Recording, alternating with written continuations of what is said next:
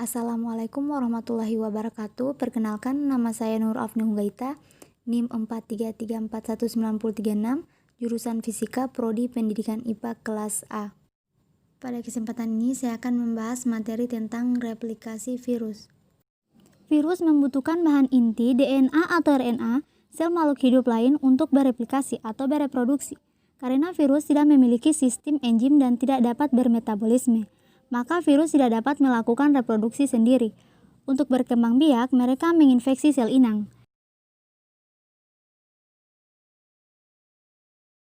Cara replikasi virus ada dua, yaitu replikasi siklus litik dan siklus lisogenik. Siklus litik merupakan cara reproduksi virus yang pada fase akhir akan mengalami lisis atau mati. Tahap lisis. Yang pertama ada adsorpsi atau penempelan, yang kedua injeksi, penyuntikan, yang ketiga penggandaan, yang keempat perakitan, dan yang kelima lisis. Pertama, adsorpsi. Pada fase ini ditandai dengan melekatnya ekor virus bakteriofag pada reseptor khusus dinding bakteri.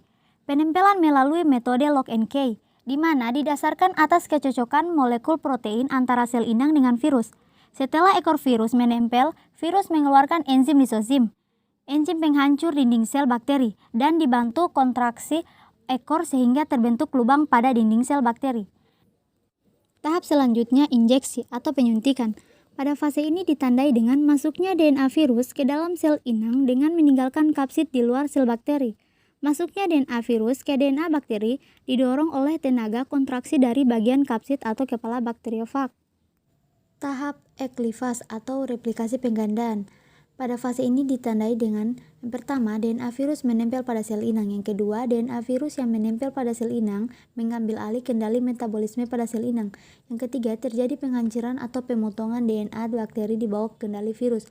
Yang keempat, terjadi sintesis penggandaan DNA virus dengan menggunakan potongan DNA bakteri. Selanjutnya, DNA virus menyusun protein.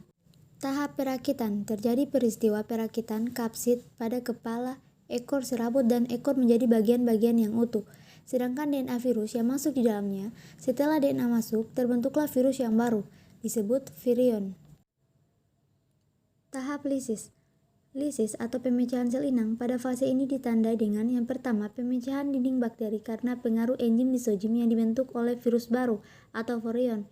Yang kedua, virion meninggalkan sel inang lama untuk mencari sel inang baru. Yang ketiga, sel inang lama ditinggalkan dalam kondisi rusak atau mati. Siklus lisogenik. Fase lisogenik merupakan replikasi di mana virus tidak menghancurkan bakteri.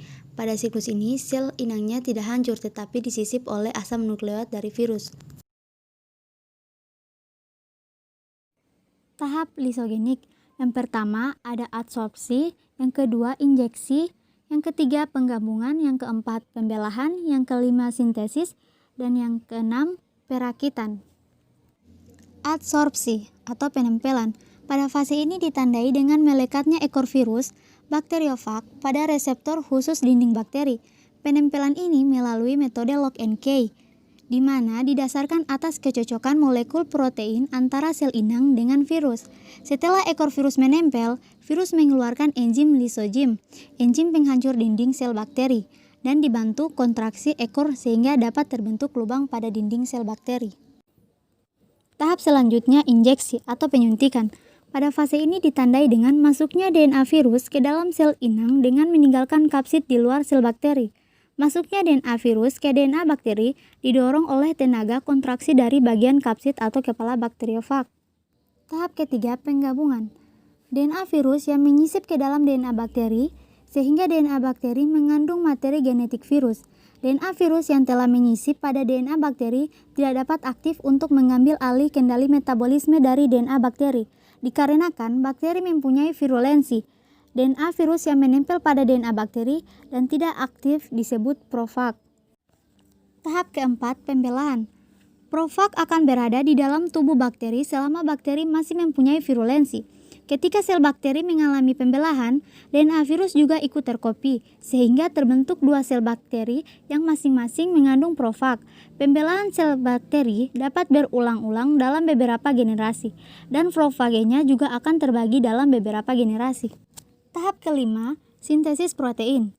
Profag tersebut memisahkan diri dari DNA bakteri, kemudian menghancurkan DNA bakteri, Selanjutnya, DNA virus mengadakan sintesis, yakni mensintesis protein untuk digunakan sebagai kapsid bagi virus-virus baru, dan juga melakukan replikasi DNA sehingga DNA virus menjadi banyak. Tahap selanjutnya perakitan, merupakan fase tahap perakitan komponen virus. Kapsid-kapsid virus yang utuh yang berfungsi sebagai selubung virus. Kapsid yang terbentuk mencapai 100-200 kapsid baru.